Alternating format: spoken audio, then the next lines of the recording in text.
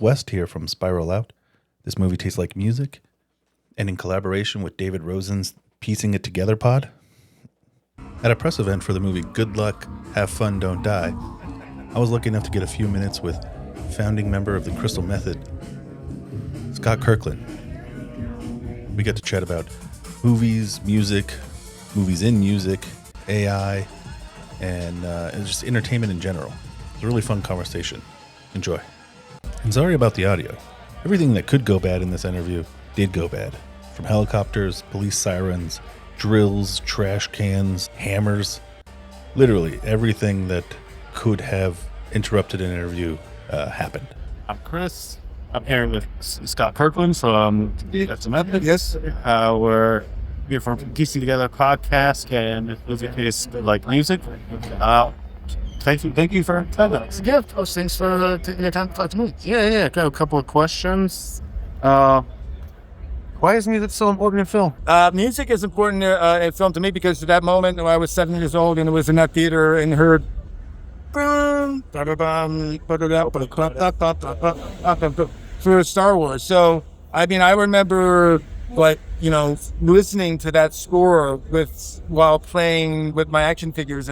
And back in those days, obviously, you didn't have access to the film, and so you would have to. Maybe I saw it 10 times, but I would always use that score to relive the movie. So I think at that moment in my life, I really started to think about like music as part of the storytelling process. And so when I get a chance to score, looking at picture before there was anything there, those early days of really understanding how important the music was to a scene, gave me a little bit of foundation to be able to find my way through scoring whatever was in front of me. I think you mentioned Star Wars. Later in life, was there a movie that influenced how you made you? So how you're sound now? I definitely think that the Huss Brothers score from Fight Club is, probably, I think would be. Oh my God, I would listen to that outside of that movie. I listen to that, 1,000 times. So if I can, I'd always have that CD in the multi-chamber CD, player, and I can drop the needle on any one of those tracks and being sort of, either brought back to a particular scene or just reimagine something on its own because it's so well done. Yeah. So when I was in high school, I said boarded Fight Club. I said, "Is that it?" Oh, nice. Movie. Oh, nice. And we just listened. It's cool. Oh, amazing. Yeah, amazing. It's and then the dialogue. And, it's. I think also the Drive score, which wasn't necessarily. That was more music supervisor rather than score, but still really, really well done. And I think that those are two. And I think the Chemical Brothers did a really great job with Hannah as well. But those are the sort of the ones that come to mind when I think about the festivals. So when you're making a track, do you ever imagine where it would live in the film? Like opening credit, the driving montage, chaos moments. Well, it's funny. We've been very fortunate to have our music in that were sort of music supervisor sort of placed after. I actually, strangely, I think because of my connection to those early days of listening to John Williams' story, I do think about music and almost like an antagonistic way. Sounds percolate. One sound would come up, and there's a track that the mega tracks on an album where I'm thinking of this sound has got it's picking its head up, and then there's another. They kind of. Because they have to. It has to be almost like a conversation that takes place, especially when you have music without vocals or limited vocals, like Crystal Method does. So you try to. I've always naturally. I never thought about it until later on when I was sort of asked these questions about our music, and I started. Actually, I do have I like sounds antagonizing each other and speaking to each other, and and rising up and falling down, and having those moments where one sound barks a little out of the other. What's it called again? This is electronic music. What he's Gora? Yeah, well, funny, he did one of our music videos for a track called Born Too Slow. So the few when we met him, he was just happened to be in his in a production office, and we were at that moment searching for a music director for the video. Someone had come up with some ideas. You send the music out to these companies.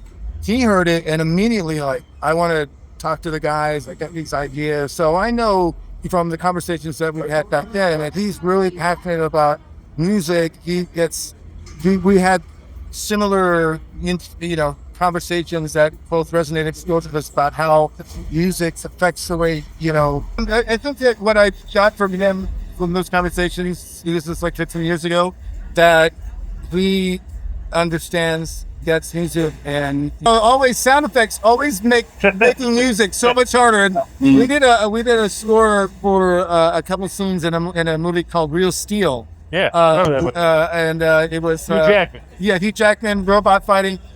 It was funny though.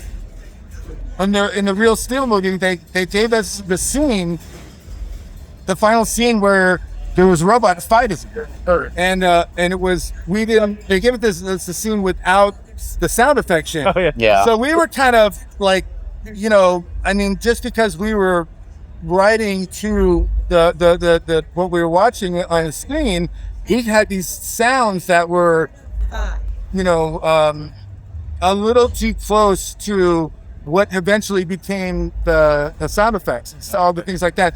So Danny Elfman, who was doing the wrestling score on that movie, was kind enough to bring our mix in to his session and sound design it for us and made it fit a little bit better. So in a strange way, yeah, we worked with Danny Elfman on a project. He's a legend. Oh, he's incredible. Music is, No, on every level. Someone else that I think that has changed the way that people listen and to experience movies. so this movie obviously has a big AI influence. What do you think about AI and the use of images?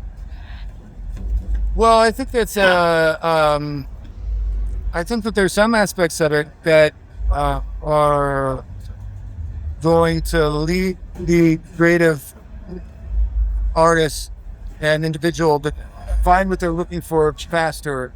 If you could type a prompt that would go through the thousands of presets that you'd have, that would specifically get you to, especially because when you're making music for movies, television shows, you really have, you're under the gun. You're the last part of the process. They want you to deliver, yesterday. So if and then as someone who also, kind of thinks faster than he searches, and then maybe at some part isn't as organized as others, that idea of being able to find something that you're looking for faster using some sort of AI prompt is beneficial. The thing that obviously is scary is that people are, in certain platforms, are finding music that resonates with them, but aren't really told or explained or shared that the music that they're hearing isn't made by a human. So I think at some point we were starting a conversation with somebody earlier about this, about how there has to be transparency and not this sort of the thing is music streaming companies trying to make a couple extra dollars. But yeah, so I think it's a scary proposition if not reined in a way, and if people aren't aware of music that they're consuming, whether it comes from him or from himself. What's your favorite scene in the movie? Well, I mean,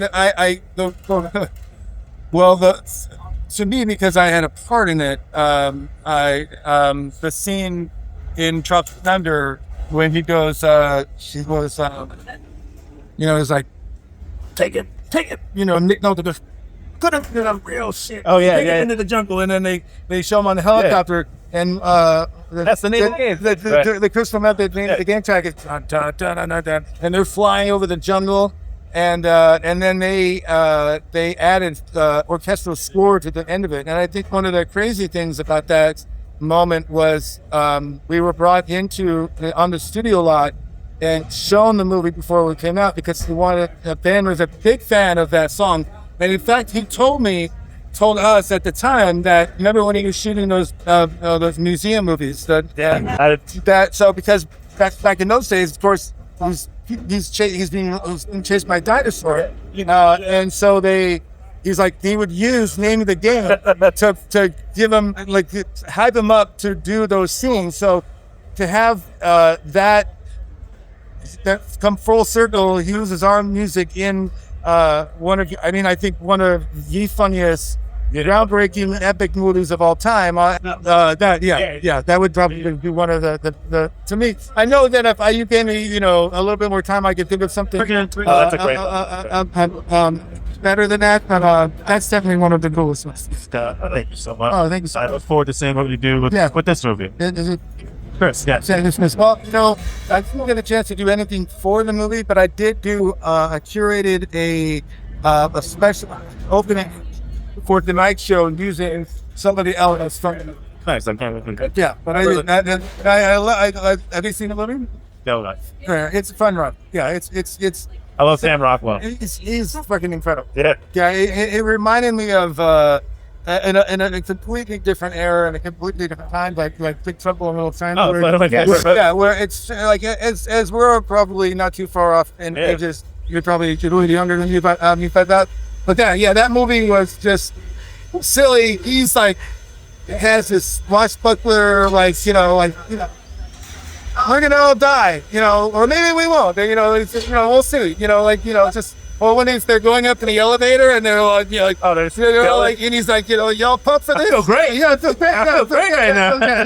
Because they took some of that powder or something like that. Yeah, I feel good. Yeah, man. They're all like, yeah. The guy from Trip. Yeah. I think it's probably, I think that movie is, I don't think it's underrated because I think anybody we've talked about that movie, I remember somebody got back. People that have seen it.